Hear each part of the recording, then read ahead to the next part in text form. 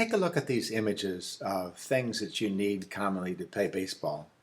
Baseball, bat, glove, sock, shoe. If I told you to group those things, these 5 images, into 2 categories, you could group those things as, well, the bat and the ball go together. Swing one, hit the other, need them both. And the glove and the shoe and the sock go together. They're all things that you put a hand or a foot in, so you wear them. But if you looked closer to find a different way to categorize these, you would notice that for the baseball, the bat, and the sock, it doesn't matter whether you're talking about left-handed or right-handed, left-footed or right-footed. You can pick one up and use it. But if we're talking about a baseball glove, it matters whether a person throws right-handed and needs the left-handed glove like you see here, or throws left-handed and needs a right-handed glove. This one won't work. Same with the shoe, of course. You have to put it on the right foot. So we could group these 5 images into 2 categories on the basis of what we call chirality, handedness. 3 of these images represent things that don't have handedness. There are mirror images, it turns out, like hands. The baseball and the bat and the sock, the mirror images are the same. And for the glove and the shoe, their mirror images are not the same. They're the same in every respect except their handedness, a term we call chirality. So 2 of these things are chiral, and 3 of these things aren't. And I'm using these images to represent something that we run into organic chemistry a lot. Let's take a look at just a simple molecule like 2-bromobutane, secondary butyl bromide. I've written 2-bromobutane here, and it's a simple molecule. Carbons and hydrogens, 1 bromine stuck on a carbon, and it looks extremely ordinary and nothing to it. But if we look closer, we'll notice that this can be written 2 different ways. There are actually 2 2-bromobutanes. Take a look.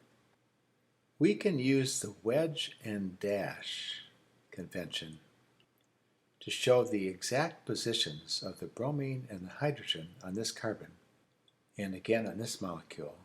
And we can write these, just switched around here. These are not the same molecules. To really see this difference easily, we need to look at these molecules just a little differently. Let me take this molecule and rotate it about an axis that goes right through that carbon. So I'm going to do a rotation around that axis. And what happens when I do that is the hydrogen and bromine change places. And the ethyl and the methyl change places. Now these molecules are the very same thing because all we did was rotate them. But that's going to let us view these using something like a Newman projection to see the difference between the 2. Now I've written this view of 2-bromobutane right there. So I could put it next to this one. And what we're doing is we're looking straight on the carbon atom here. And what our eye sees is bromine sticking straight up, the ethyl group down and to the left, and the methyl group down and to the right. And in this form, what our eye sees is that hydrogen back, the bromine sticking straight up, and now the methyl is to the left and the ethyl is to the right. These are the same thing except they're mirror images. And I've got a mirror here that I can put up in between those things. And let's use this plane and think of it as a mirror that these 2 are reflected in. And you will see this hydrogen that is sticking back in both reflects into each other. These bromines are sticking up and they reflect into each other. The methyl groups are closest to the plane in each case, so they reflect into each other. And the same thing is true for those ethyl groups. They reflect into each other because they're both sticking away from that plane. So they're mirror images.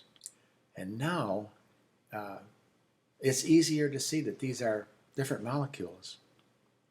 The bromine and the hydrogen are in the same places, but the methyl and ethyl groups are not.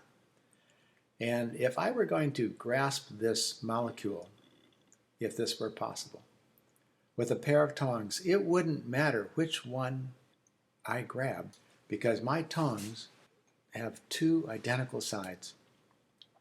And I could grab that bromine carbon bond, and it wouldn't matter that there's a methyl on one side and an ethyl on the other, in one molecule and not in the other way around. But if I were to try to grab that with my hand, if this were possible, it would matter. My thumb would bump into the ethyl group on one side and would bump into the methyl group on the other. So they would have different bulkiness. My thumb would experience something different from one or the other. And it's because my hand is chiral. The tongs are not.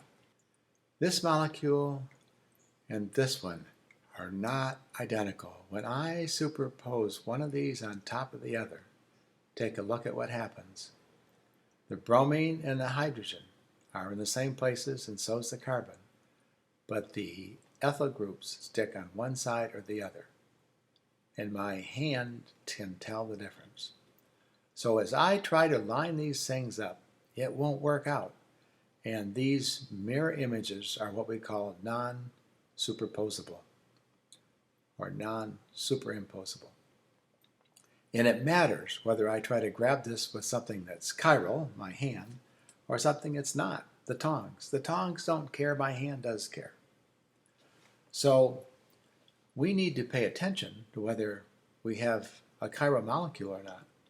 And it turns out that this property of chirality exists when four different things, atoms or groups, are attached to a carbon atom. And the reason that is true is because the carbon atom is tetrahedral. If it were planar, it would not exist. The reason having four groups attached to carbon makes the molecule chiral is because the carbon is tetrahedral. That guy is tetrahedral, and it has four things attached. And then if it's a tetrahedral arrangement, you can arrange those four different things in two different ways. Now I want to emphasize that it's four different things. Take another look. I've redrawn this molecule with my mirror plane, and now I'm going to transform these alkyl groups so they're both methyl. The bromine reflects into bromine, the hydrogen reflects into hydrogen, methyl into methyl, and methyl into methyl. So we still have the same situation with the four atoms attached to each other. They all reflect on each other, but when I put this one over here, now they match up. It's because it doesn't matter which methyl group matches with which. Up above, the ethyl group has to match with ethyl. And down below, it doesn't matter which methyl group matches to which. So my point is, this only happens when four different things are attached to that carbon. And when that's the case, the molecule is chiral.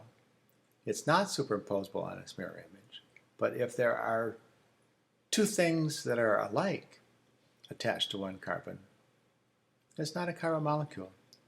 When there are four different things, it's a chiral molecule, and we say that this carbon is a stereogenic center, also known as the chiral center. The most modern way of talking about this is stereogenic center, but you may run into chiral center from time to time because there are lots of people that use that term too. And I may slip and say both from time to time myself. So there you have it. Some molecules are chiral. They have handedness. They are not superimposable on their mirror images. It happens when we have four different things attached to carbon. And that's pretty common in organic molecules. So we're going to run into this type of stereochemistry, this chirality, frequently.